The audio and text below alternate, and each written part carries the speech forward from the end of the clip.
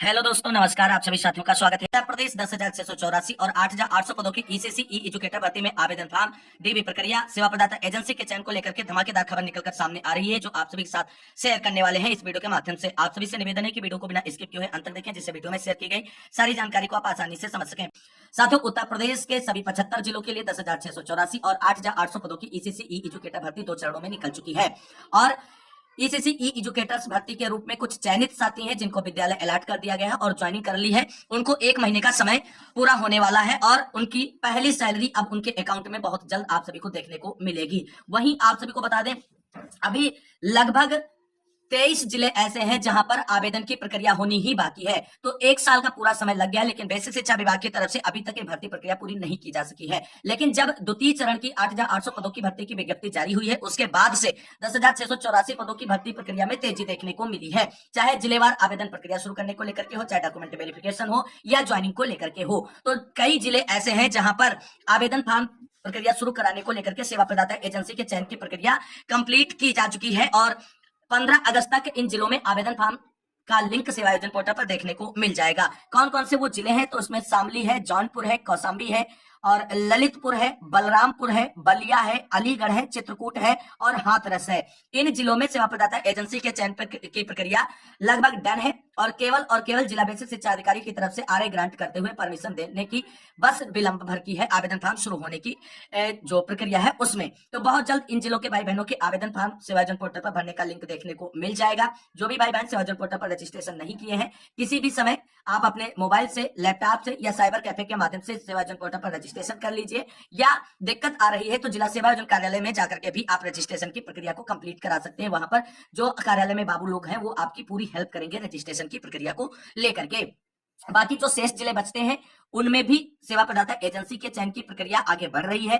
लगभग अंतिम चरण में प्रक्रिया सभी जिलों में पहुंच चुकी है और आवेदन के फॉर्म अगस्त महीने में ऑलमोस्ट सभी जिलों में कंप्लीट हो जाएंगे, ये बात ध्यान रखना है। अब बहुत सारे भाई बहनों का प्रश्न आता है कि सर हमारे आवेदन हो चुके हैं, तो जिन जिलों में आवेदन हो चुके हैं उनमें डॉक्यूमेंट वेरिफिकेशन की प्रक्रिया का नोटिस आप सभी को अगस्त माह के जो है द्वितीय सप्ताह के अंत तक देखने को मिलेगा और तृतीय सप्ताह तक हर हाल में जहां पर आवेदन हो चुके हैं वहां पर डीबी नोटिस जारी कर दिया जाएगा आप सभी लोगों के लिए। तो जहां आवेदन हो चुके हैं वहां के भाई बहन अपनी डीबी प्रक्रिया की तैयारी पूरी कर लें और जहां पर अभी आवेदन होने बाकी है वहां के भाई बहन सेवाजन पोर्टल पर रजिस्ट्रेशन कंप्लीट कर लें। आवेदन की प्रक्रिया उनके यहाँ शुरू होने वाली है और जहां पर डीबी हो गई है तो वहां पर आगे का प्रोसेस बहुत जल्द शुरू होने वाला है। कई जिलों में स्कूल अलॉटमेंट की प्रक्रिया जो होती है उसके लिए चॉइस फिलिंग जो कराई जाती है उसका प्रोसेस शुरू कर दिया गया है। कई जिलों के अभ्यर्थियों को जो है कॉल या मेल के माध्यम से स्कूल चॉइस फिलिंग के लिए बुलाया जा रहा है, या तो बीएसए कार्यालय या सेवा प्रदाता एजेंसी के द्वारा एक कोई प्रॉपर प्लेस डिसाइड कर लिया जाता है जहां पर उसका कार्यालय होता है, वहां पर बुला करके स्कूल चॉइस फिलिंग करा ली जाती है। वैसे सबसे बेहतर होता है कि बीएसए कार्यालय पर ही चॉइस फिलिंग कराई जाए। तो ये कुछ लेटेस्ट अपडेट थी। अभी बात कर लेते हैं यहाँ पर एक बड़ी अपडेट निकलकर सामने आ रही एक और जिले से। तो वो दोस्तों फतेहपुर जिले में जितने भाई बहनों ने आवेदन किया था फाइनली आप सभी का इंतजार समाप्त हो चुका है और डॉक्यूमेंट वेरिफिकेशन का नोटिस जो है फतेहपुर जिले में आवेदन करने वाले भाई बहनों को मिलने लगा है।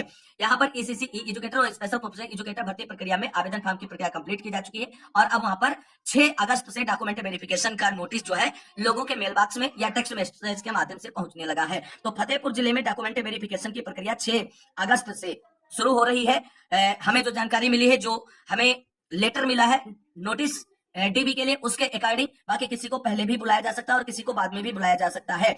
और डीबी आपकी 9:30 बजे सुबह से शुरू होकर के शाम 5 बजे तक चलेगी। और फतेहपुर जिले में जिन्होंने आवेदन किया उनकी डॉक्यूमेंट वेरिफिकेशन की प्रक्रिया विकास भवन फतेहपुर में आयोजित की जाएगी। यह बिल्कुल कंफर्म आप सभी के लिए है। फतेहपुर जिले से किसको डीबी का नोटिस आ चुका है आप सभी लोग कमेंट करके बताएं और किसको नहीं आया वो भी बताएं। अब एक बड़ी अपडेट यहाँ पर निकलकर सामने आ रही है। एक और जिले में ईसीसी ई एजुकेटर भर्ती और स्पेशल प्रोफेशनल एजुकेटर भर्ती हुई रद्द। अब 10,684 और 8,800 पदों की भर्ती के साथ साथ स्पेशल प्रोफेशनल एजुकेटर भर्ती की प्रक्रिया एक साथ कराई जाएगी।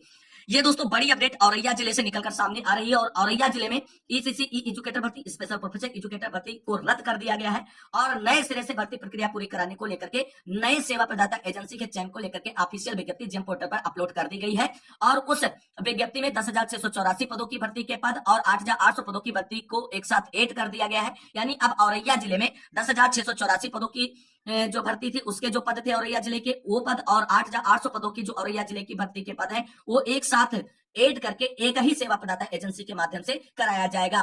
फिलहाल 15 अगस्त तक सेवा प्रदाता एजेंसी के चयन की लास्ट डेट रखी गई है। तो उम्मीद है कि औरैया जिले में सबसे पहले आप सभी को अगस्त के लास्ट या सितंबर के फर्स्ट वीक में भर्ती में आवेदन फॉर्म की प्रक्रिया देखने को मिलेगी और एक साथ दोनों भर्ती प्रक्रियाएं औरैया जिले में आप सभी को देखने को मिलेंगी। तो ये बड़ी अपडेट इस वक्त निकलकर सामने आ रही है जो हमने आप सभी को प्रोवाइड करा दी है। अब यहाँ पर दोस्तों बात करते हैं ईसीसी ई एजुकेटर भर्ती प्रक्रिया और ई स्पेशल प्रोफेशनल एजुकेटर भर्ती प्रक्रिया का जो कई कमियां हैं वो इसके लिए कहीं ना कहीं कमजोरी है और मेरिटोरियस कैंडिडेट का उसकी वजह से नुकसान होता है। सबसे बड़ी कमी यह है कि यहाँ पर जो डीबी के लिए मेरिट लिस्ट बनती है वो रैंडम मेरिट लिस्ट बनती है, यानी कंप्यूटर के बिहार पर रैंडम लिस्ट शॉर्ट लिस्ट की जाती है और उसमें आने वाले अभ्यर्थियों को डीबी के लिए कॉल या मेल के माध्यम से बुलाया जाता है। शेष उसमें ऐसे अभ्यर्थी छूट जाते हैं जो मेरिटोरियस होते हैं। तो यहाँ पर डीबी के लिए भी top to bottom merit list बनाई जाए और उसके बिहार पर डीबी कराई जाए जिससे मेरिटोरियस कोई भी कैंडिडेट ना छूटे। दूसरा यहाँ पर इसकी सबसे बड़ी दिक्कत है कि इसकी ना तो कट ऑफ जारी की जा रही है और ना ही फाइनल मेरिट लिस्ट सभी जिलों की जो है जारी की जा रही है।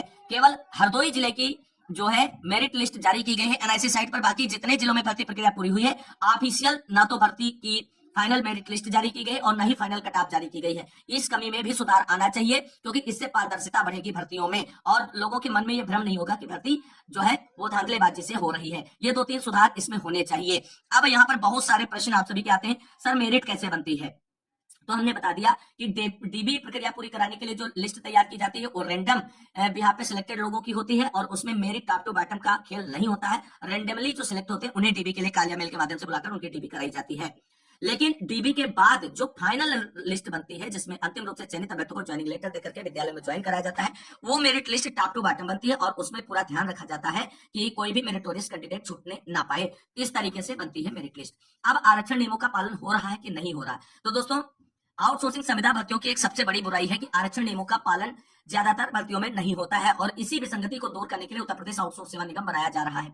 अब ईसीसी ई एजुकेटर भर्ती में आरक्षण नियमों का पालन नहीं होता है। इसका पहला एग्जांपल है एज रिलैक्सेशन का ना मिलना। बहुत सारे आरक्षित भाई बहन हमें कमेंट करते हैं कि सर हमें एज रिलैक्सेशन नहीं मिल रहा है, 1 साल एज ज्यादा हो गई हमारी और हम आवेदन फॉर्म अप्लाई नहीं कर पा रहे हैं। इसका मतलब है कि एज रिलैक्सेशन को लेकर के जो आरक्षण संबंधी प्रावधान है वो लागू नहीं हो रहा है। इसी के साथ साथ जो इसमें विकलांग कैटेगरी के अभ्यर्थी हैं और अन्य जो जिनको आरक्षण मिलना चाहिए उनको भी आरक्षण नहीं मिल रहा है। कि बहुत सारे भाई बहनों का कमेंट आया कि हमने विकलांग कैटेगरी के अंतर्गत अप्लाई किया था और हमें इसमें मौका नहीं मिला, ना तो मेरिट अच्छे होने के बाद भी ना तो डीबी में बुलाया गया ना फाइनली सिलेक्ट किया गया। तो कुल मिलाकर के ऐसी शिकायतें आ रही हैं कि आरक्षण नियमों का पालन भी नहीं हो रहा है जो ईसीसी ई एजुकेटर भर्ती प्रक्रिया चल रही उसमें। तो ये कई विसंगतियां हैं जिसको सुधार किया जाना चाहिए उत्तर प्रदेश बेसिक शिक्षा विभाग की तरफ से और आउटसोर्स सेवा प्रदाता एजेंसियों के माध्यम से। सबसे पहली बात यह है कि एक अच्छी भर्ती है और इस भर्ती को मेरिटोरियस कैंडिडेट के बिहार पर ही भरा जाना चाहिए और किसी भी बेस पर नहीं भरा जाना चाहिए। तो ये कुछ महत्वपूर्ण खबरें निकलकर सामने आ रही थी जो हमने आप सभी को प्रोवाइड करा दी इस वीडियो के माध्यम से। उम्मीद करते हैं आप सभी को यह जानकारी अच्छी लगी होगी। अगर वीडियो अच्छा लगा है तो प्लीज वीडियो को लाइक अवश्य कर दें, हमें मोटिवेट करने के लिए, आप सभी तक ऑफिशियल अपडेट पहुंचाते रहने के लिए और अपने सभी साथियों में और अपने सभी सोशल मीडिया हैंडल्स पर वीडियो को शेयर कर दीजिए। और जो भाई बहन अभी तक चैनल से नहीं जुड़े हैं, क्योंकि बहुत सारे भाई बहन वीडियो देखते हैं और लगभग 70% भाई बहन वीडियो देखते हैं लेकिन चैनल को सब्सक्राइब नहीं करते, तो छोटी सी रिक्वेस्ट है, जब आप वीडियो देखते हैं आपको इन्फॉर्मेशन मिलती है भर्ती से रिलेटेड तो प्लीज चैनल को सब्सक्राइब कर दें, इसमें आपके कोई पैसे नहीं लगते हैं।